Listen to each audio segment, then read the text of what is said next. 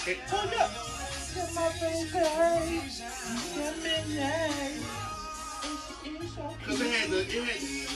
It's so cute. First of all, I want to say thank you to everyone who has bared with us as we were getting our sound together and getting our film quality together.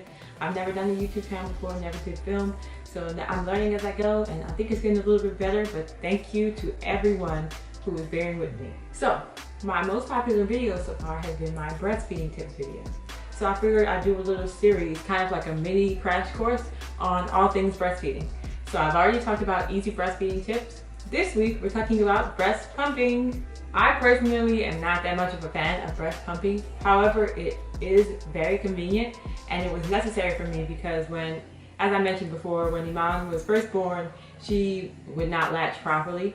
So I had to pump my milk in order for her to get the milk that she needed. Breast pumping is really easy once you get the hang of it. It is very tiring and it does get old really fast doing it over and over.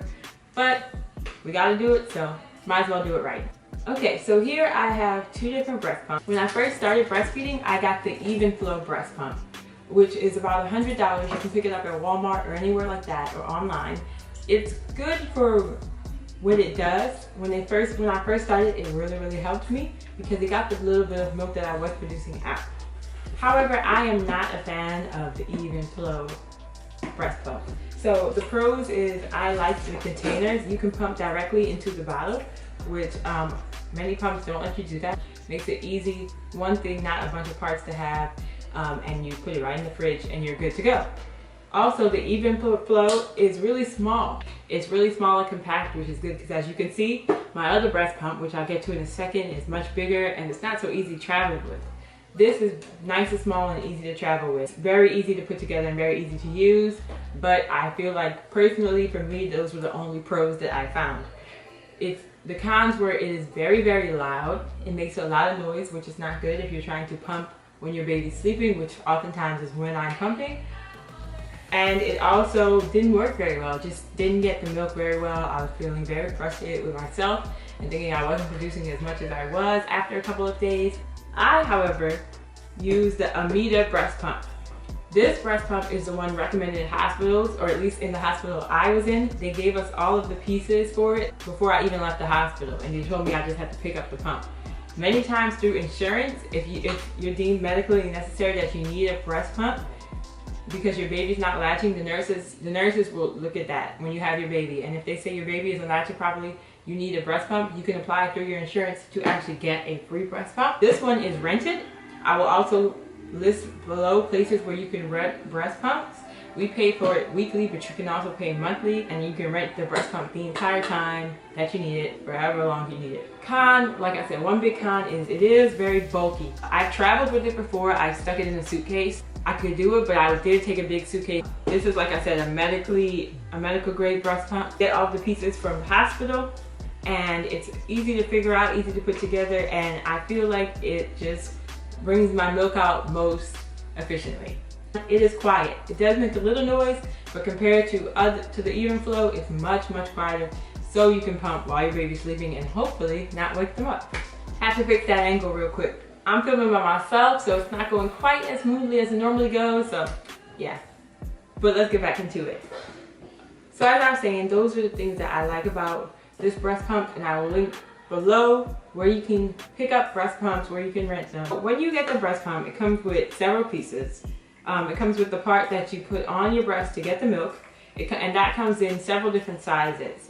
You have to make sure that you're using the right size if you want the maximum amount of milk to come out. I was using the wrong size for the longest, and I went to a lactation specialist and she told me I was using the wrong size. So here's the smallest size, which is 25 millimeters.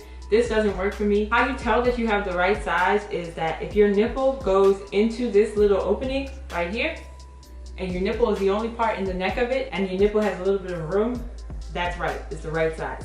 If more than your nipple is going into the opening when you turn the pump on, and more than your nipple is getting pulled, it's too big. If your nipple is squished in there, and there's no breathing room, it's too small. So the 25 millimeter is too small for me. That's the smallest size they have. The biggest size they have is 30.5 millimeters. That's what I was using before, and it was too big, so I wasn't getting as much milk as I could have.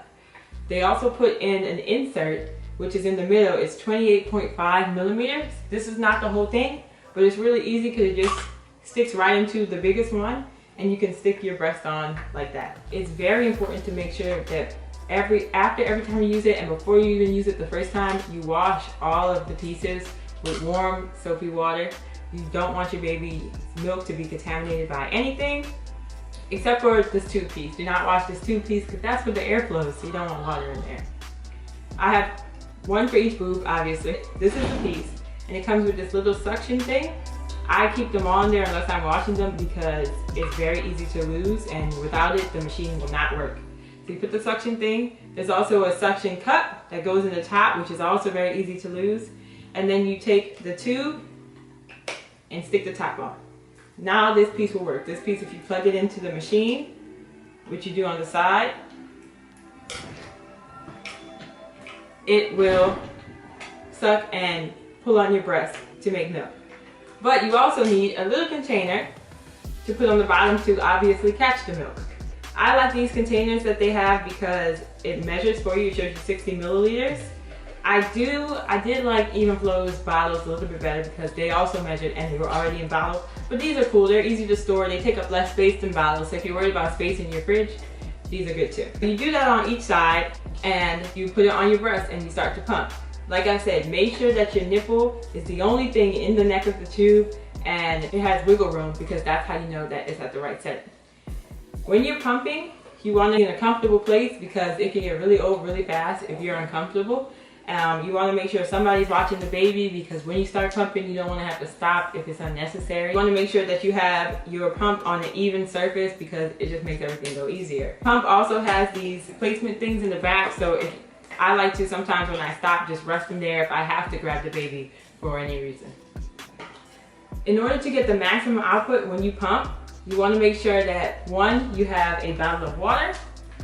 Like I said in my breastfeeding video, I've heard from many people and I've also experienced it myself, while you're drinking water, while you're pumping or breastfeeding, the milk flows down easier and you want that to happen.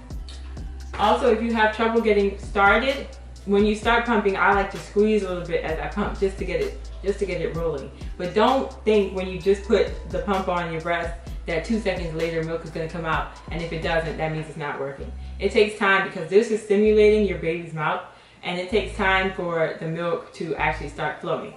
Also, another important note, do not feel bad if when you're pumping, you're not getting a whole lot of output as you thought you would, and you think that when your baby eats, you get a lot more milk. They probably do. Babies are much better at getting the milk out of our breasts than these pumps. So, if pumping is not working for you, but when you breastfeed, you feel like your baby's getting enough to eat and your baby's showing you no signs that they're hungry, then it's probably all right. It's just that pumping is much harder to do. So you set up, you put the pump on, your nipple's right here, I'll use my thumb, and you just sit back and let it pump, let it fill up. You know how much milk you're making at the time. As your baby gets older, the more milk you'll make. So if your baby's newborn, you're not gonna probably fill up one of these containers, and that's all right. As long as you're getting as much as the doctor recommends for feeding, don't feel bad. Also, in order to get milk started easier, some little tips and tricks. If you take a shower right before you pump, let the hot water hit your breast and your nipples, and it will activate the milk glands and milk will come out easier. You can massage a warm compress on your breast before you start pumping, and even our bodies are naturally made to start putting out milk when we hear our baby crying. So if your baby cries, or if you can just even look at your baby before you start pumping, like really look at them and just think about them, sometimes that'll help. When I would pump heavily with her, if she was sleeping in her chair, I would just sit there and look at her for like a good 30 seconds, 45 seconds before I start pumping, and just think about how grateful I was to have a baby. And believe it or not, my boobs would start leaking. So those are some simple tips to help get your milk production up. After you pump, you just take it off. They also give you tops for these little bottles. Put the top on and you can store it in the fridge. I've read that you can keep your milk in the fridge between 3 to 6 days. I always don't go over 3 just to be on the safe side. If you're not ready to use that milk right then, or you think you won't get to it in the next 3 days, and you're lucky that you're just pumping enough and feeding them enough that you have a little extra, you can always throw it in the freezer And freezer milk can be good for like 3 months. Some people say more. I've never put my milk in the freezer, so if any moms have tips on how to get enough milk that you have enough to store in the freezer for months, I would like to know that. But it can be good in the freezer for 3 months. Really, the most important things is make sure you have a good machine. Check with your nurse, your lactation specialist, or your doctor, and they can give you a list of good machines. And make sure that you factor in time to pump. It's really hard to pump and stop and start again and stop and start again. So this is a great time for family members or significant others to bond with the baby because you need to pump. I hope this was helpful. Look forward for more videos from my Everything About Breastfeeding crash course. I will also probably be talking about how to increase your milk supply in the future. I struggled with that in the beginning, but now my milk supply is very steady and Iman is entirely breastfed. And I also will be trying more things to make my supply even more so that I can have enough milk to store for when I want to go out and stuff like that. So I'll be letting y'all know how that turns out. Please make sure if you like what you see, you subscribe to the Mama and Minnie Show. And if you're already subscribed, look next to the subscribe button. There's a little bell. And hit that bell so you can get a notification every time we put out a video. Because I know y'all would not want to miss to see me and Iman on your screens. And also, Minnie's World Boutique is now open. We're not wearing our Minnie's World Boutique shirts right now because we had photo shoots this week and promo, and they're dirty, and Iman spit up on her onesies and drooled all over her bib. But Minnie's World Boutique is now open.